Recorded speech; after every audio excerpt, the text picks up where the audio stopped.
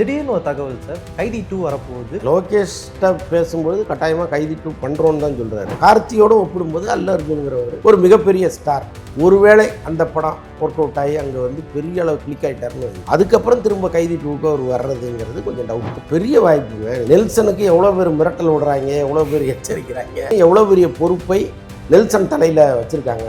அவர் அந்த பொறுப்புணர்ந்து செயல்படுவார்னு நான் நம்புகிறேன். பெரிய ஹீரோ கையில் கிடச்சிருக்கிறாரு, ஒரு பெரிய பட நிறுவனம் கையில் கிடச்சிருக்கு, ஒரு பெரிய பட்ஜெட்டில் ஒரு படம் பண்ணுறோம். நெல்சன் பண்ண வேண்டிய இடத்துல லோகேஷ் கனகராஜ் தானே பண்ணியிருக்கு. இந்த கதை அவ்வளோ எக்ஸ்ட்ரானரியாக இருக்கிறதா அவர் நம்புறாரு. அந்த 3.5 நிமிஷம் கிளிம்ஸ்லேயே அவ்வளோ வசதியாக அசத்தி விட்டார். நீங்கள் எனக்கு தெரிந்து ஒரு கிளிம்ஸு 100% பாசிட்டிவாக வந்தது இது மட்டும்தான். ரஜினி ஃபேன்ஸே வந்து ஏன் கமலை ஃபர்ஸ்ட் காட்டுறீங்க, எங்கள் தலைவர் பேரை போடலையே. கமல் தான் சீனியர்னு சொல்லிட்டாரு. அவர் பேசாத மேடைகள் கிடையாது. அவர் 234 படம் பண்ணிட்டாரு கமல்.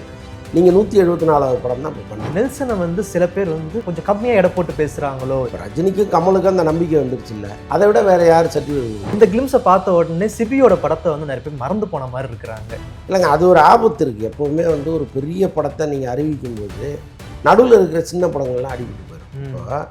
நெல்சனுடைய ஜெயிலர் 2வே இப்போ காணா போயிடுச்சு. இதுக்கு பின்னாடி தான் அரசியல் இருக்கா? ஏன்னா இதோட பேனர் வந்து ரெட் ஜெயின் தான் பண்ணுறாங்க. இல்லை, இருக்கலாம். இது எல்லாமே இப்போ தேர்தல் நேரத்தில் இன்னொன்று வேற ஒன்று எதையோ ஒன்று இறக்குவாங்க. இப்போ ரஜினி ரசிகர்களும் கமல் ரசிகர்களும் ஒன்றாவே வந்து திமுகவுக்கு ஆதரவு தெரிவிப்பதற்கு வாய்ப்பு இருக்கு. ஃபைனல் கட் நேயர்களுக்கு வணக்கம். நான் உங்கள் சுஷீந்திரன். இன்னைக்கு நம்ம கூட இருக்கிற ஸ்பெஷல் கெஸ்ட் வலைப்பேச்சு அந்தரன் அவர்கள். வணக்கம் சார். வணக்கம். எப்படி இருக்கீங்க? நல்லா இருக்கேன். நீண்ட நாளுக்கு அப்புறம் உங்ககிட்ட ஒரு இன்டர்வியூ. லோகேஷ் கனகராஜோட அடுத்த படமான அல்லு அர்ஜுன் படத்துக்கு ரெடி ஆகிட்டு இருக்காரு. அதுக்கான ப்ராசஸ்லாம் போயிட்டு இருக்கு. திடீர்னு ஒரு தகவல் சார், கைதி 2 வரப்போகுது, கைதி 2க்கான அப்டேட் வரப்போகுது, மார்ச் மாதம் லோகேஷோட பர்த்டே முன்னிட்டு அப்படின்ற மாதிரி நியூஸ் வந்துச்சு. உண்மையா? இல்லை, லோகேஷ்ட பேசும்போது கட்டாயமாக கைதி 2 பண்ணுறோன்னு தான் சொல்கிறாரு அவர். ஓகே. அவர் இந்த படம் பண்ணலைன்னு சொல்லவே இல்லை. ஆனால் அவர் தொடர்ந்து டிலே பண்ணதில் பட நிறுவனம் கொஞ்சம் அவர் மீது வருத்தத்தில் இருக்கிறதா ஒரு தகவல் இருக்குது. கார்த்தியை கூட லோகேஷ் கனகராஜ் வந்து கேட்கட்டும், நீங்களாக போய் அவர்கிட்ட வந்து எனக்கு படம் பண்ணி கொடுங்கன்னு கேட்காதீங்கன்னு எஸ்ஆர் பிரபுகிட்ட சொன்னதாக ஒரு தகவல் இருக்குது. ஏன்னா பட தயாரிப்பாளர் அவர் தானே. இப்படிலாம் இருக்குது. இந்த நேரத்தில் தான் அவர் அல்லு அர்ஜுன் படம் பண்ணுறதுக்காக போகிறாரு. நீங்கள் கார்த்தியோடு ஒப்பிடும்போது அல்லு அர்ஜுனுங்கிறவர் ஒரு மிகப்பெரிய ஸ்டார். அவர் ஒரு பேர் இண்டியா ஸ்டார். ஒருவேளை அந்த படம் ஒர்க் அவுட் ஆகி அங்கே வந்து பெரிய அளவு கிளிக் ஆகிட்டாருன்னு வைங்க, அதுக்கப்புறம் திரும்ப கைதி 2க்கு அவர் வர்றதுங்கிறது கொஞ்சம் டவுட் தான். ஓகே. ஸோ அதனால் இப்போதைக்கு அது நடப்பதற்கு வாய்ப்பு இல்லை. பெரும்பாலும் கூலியோட ப்ராசஸுக்கு அப்புறமா, அந்த படம் வெளியானதுக்கு அப்புறமா லோகேஷ் கனகராஜ் வந்து ஒரு மாதிரி ரொம்ப சோர்ந்து போன மாதிரி ஒரு ஃபீல் கொடுக்குறாரு சார். ஏன் அப்படி இருக்கிறாரு? இல்லாட்டி நம்ம பார்வைக்கு அப்படி தெரியுதா? இல்லைங்க, இப்போது ஒரு பெரிய ஹீரோ கையில் கிடச்சிருக்கிறாரு, ஒரு பெரிய பட நிறுவனம் கையில் கிடச்சிருக்கு, ஒரு பெரிய பட்ஜெட்டில் ஒரு படம் பண்ணுறோம். எங்கேயோ நாம் சொதப்பி அந்த படம் ஃபெயிலியர் ஆகிடுச்சுங்கிற ஒரு வருத்தம் கட்டாயமாக இருக்கும். ஓகே. அதான் அந்த படம் பண்ணும்பொழுது அவங்களுக்கு அதெல்லாம் தோணாது. படத்தினுடைய ரிசல்ட் வந்த பிறகு தோணும், ஐயோ நம்ம அது பண்ணியிருக்கலாமே, இது பண்ணியிருக்கலாமே, தப்பு பண்ணிட்டோமேன்னு தோணும். ஆனால் அதுக்கப்புறம் அவர் சொல்கிறத யாருமே கேட்க மாட்டாங்க. அதே ரஜினி வந்து எனக்கு வேணான்னு தானே அனுப்பிச்சி விட்டார். நெல்சன் பண்ண வேண்டிய இடத்துல லோகேஷ் கனகராஜ் தானே பண்ணியிருக்கணும். ஆமாம். அப்போ இந்த கூலியினுடைய தோல்வி தானே அவரை வேணான்னு அனுப்பி வைக்கும். கண்டிப்பாக. ஸோ அதனால் அந்த ஃபீலிங் கட்டாயமாக இருக்கும். சோர்வு, மனச்சோர்வு வரும். ஆனால் அதை தாண்டி நீங்கள் ஜெயிச்சு தான் அதை நிரூபிக்கணும். ஓகே. ஸோ அதை நோக்கி தான் போயிட்டுருக்காங்க. ஓகே. லோகேஷ் கனகராஜ் நடிகராக நடிக்கிற அந்த ஒரு படம் டிசின்ற படத்துக்கு மேலே ஒரு கலவையான ஒரு விமர்சனம் இப்போத்துலேருந்தே வர ஆரம்பிச்சிது சார். இவர் ஏன் நடிக்கிறாரு, இவருக்கு வந்து நடிப்பு சரியாக வரலை அப்படின்ற மாதிரி சோஷியல் மீடியா தளங்களில் நிறைய பேச்சுகள் போயிட்டுருக்கு. ஈவன் படத்தோட குழுவுமே வந்து ஒரு சாட்டிஸ்ஃபைங்காக இல்லாதன்ற மாதிரி தகவல் வந்துச்சு. உண்மையா அது? இல்லைங்க, அப்படி சொல்ல முடியாது. என்னென்னா, இப்போ ஒருத்தர் ஒரு டைரக்டர் ஹீரோவாக எலிவேட் ஆகி வராருன்னு வைங்களேன், குறைந்தபட்சம் ஒரு நடிப்பு பயிற்சி இல்லாமல் வரவே மாட்டார். கண்டிப்பாக. சில காட்சிகளால் சிலரால் பண்ண முடியாது. இப்போ எம்ஜிஆருக்கு வந்து அழுகிற காட்சி வரவே வராது. அவர் அழற மாதிரி காட்சி ஏதாவது இருந்ததுன்னா நேராக ஓடிவே தூணுக்கு பின்னால் முகத்தை மறைச்சிப்பார், தேம்பி தேம்பி அழுவார், அவ்வளோதான். சிவாஜி பார்த்தீங்கன்னா அவர் எல்லாமே பண்ணுறவர். ஆனாலும் 2 பேரும் திரைத்துறையில் ஒரு உயரத்தில் இருந்தாங்க. நம்மளால் எது முடியும் முடியாதுங்கிறது ஒன்று இருக்குது. அது மாதிரி ஏதாவது ஒரு குறை லோகேஷ்ட இருக்கலாம். ஒரேடியாக வந்து நடிப்பு பயிற்சி இல்லாமல் அங்கே வந்து ஸ்க்ரீன் முன்னாடி அவர் நின்ற முடியாது, கேமரா முன்னாடி. ஸோ அதனால் கட்டாயமாக வந்து அந்த குறை அவர்கிட்ட இருக்காதுன்னு நான் முழுமையாக நம்புகிறேன். ஓகே. ஆனால் அந்த படம் வந்து ரொம்ப வன்முறை அதிகமான ஒரு படமாக இருக்குது. ரொம்ப ரத்த கலரியான ஒரு படமாக அதை எடுத்துகிட்டு இருக்காங்க. அதில் வேணால் விமர்சனங்கள் வரலாம். ஓகே. அது படம் வந்த பிறகு தான் தெரியும். ஓகே. தமிழ் சினிமாவின் 47 வருஷம் கனவு சார். ரஜினி அவர்களும் கமல் அவர்களும் சேர்ந்து ஒரு படம் பண்ண மாட்டாங்களா அப்படின்ட்டு. ஸோ இப்போ அதோட குறைகள் வந்து தீந்துருச்சுன்னு சொல்லலாம்.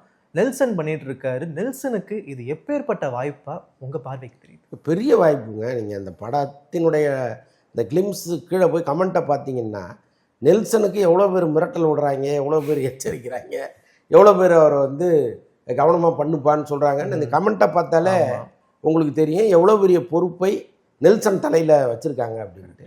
அவர் அந்த பொறுப்புணர்ந்து செயல்படுவார்னு நான் நம்புகிறேன். ஏன்னா இப்போ ரஜினி வந்து எவ்வளோ பேர்கிட்ட கதை கேட்டார்.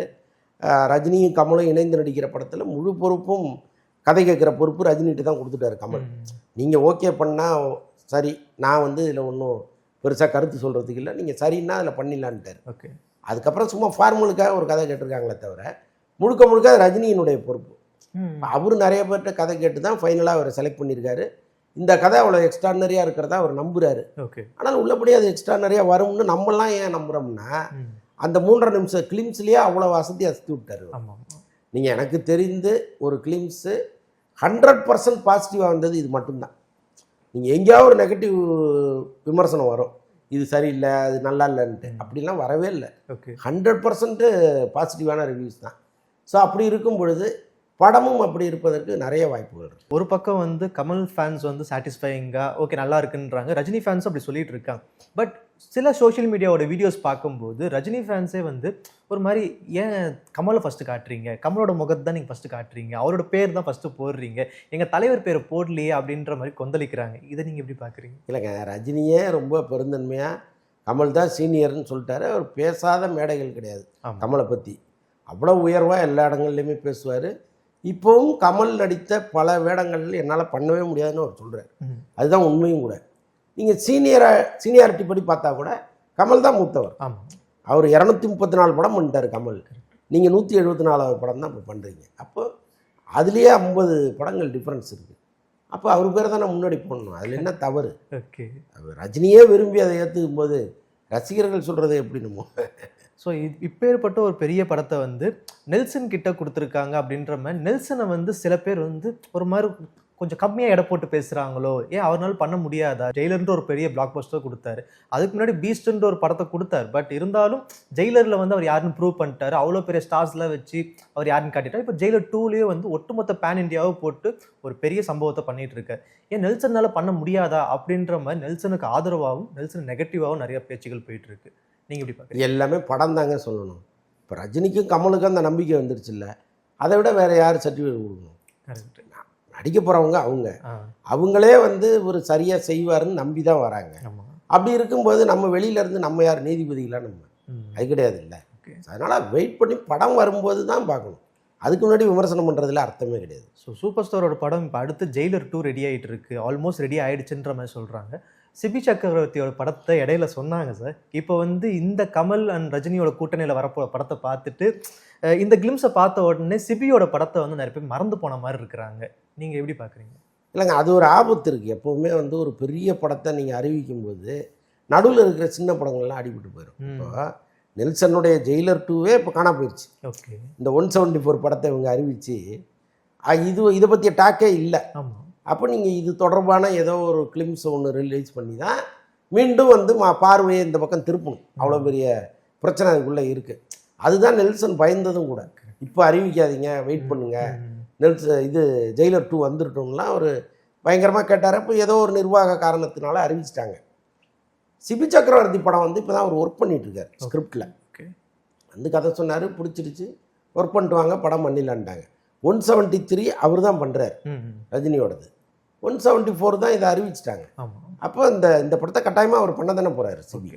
ஸோ இப்போ கட்டாயமாக இந்த படத்தோட அறிவிப்பு வந்து தடதுபுடலாக வந்து நம்மளுக்கு ஏற்படுத்தி கொடுத்தது காரணம் இதுக்கு பின்னாடி தான் அரசியல் இருக்கா? ஏன்னா இதோட பேனர் வந்து ரெட் ஜெயின் தான் பண்ணுறாங்க. இன்பன் உதயநிதி தான் வந்து ஃபஸ்ட் டைமாக ஒரு ப்ரொடியூசராக வந்து அவர் நிற்கிறாரு.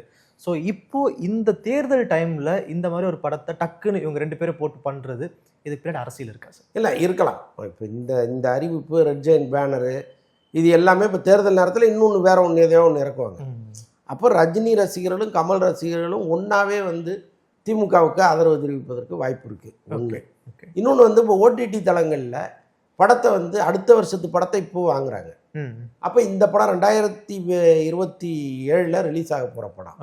அப்போ 2026 இந்த படத்தை வந்து நாங்கள் ஸ்டார்ட் பண்ணுறோம், இந்த இவ்வளோ வேலைகள் நாங்கள் பண்ணியிருக்கோம்னு சொல்லிட்டிங்கன்னா அதற்கான ரிசர்வேஷன் அங்கே அமைஞ்சிரும். ஸோ அது ஒரு காரணம். இன்னொன்று வந்து இந்த எலெக்ஷன் டைமில் கமல் ரொம்ப பிஸி ஆயிடுவார். அவர் ஃபுல்லாக பிரச்சாரத்துக்கு கிளம்பிடுவார். அந்த நேரத்தில் அவரை கூப்பிட்டு வந்து ஒரு ஷூட்டிங் நடத்த முடியாது. ரஜினி கூட தேர்தல் நேரத்தில் பல தலைவர்கள் நம்மளை வந்து சந்திப்பாங்க, நமக்கு ஒரு தர்ம சங்கடமாக மாறும். அதனால் நம்ம கிளம்பி எங்கேயாவது இமயமலை பார்க்க போயிடலான்னு நினச்சிட்டு இருக்காரு, அல்லது வெளிநாட்டுக்கு போகலான்னு பிளான் பண்ணியிருக்காரு. ஸோ அதனால் இவங்க 2 பேரும் கொஞ்சம் ஓய்வாக இருக்கும்போதே இதை எடுத்துடலான்னு நினச்சி எடுத்திருக்காங்க. இதில் 3 காரணங்கள் இருக்குள்ளார். நம்ம நேயர்களுக்காக நிறையா சொன்னீங்க சார், ரொம்ப நன்றி. நன்றி.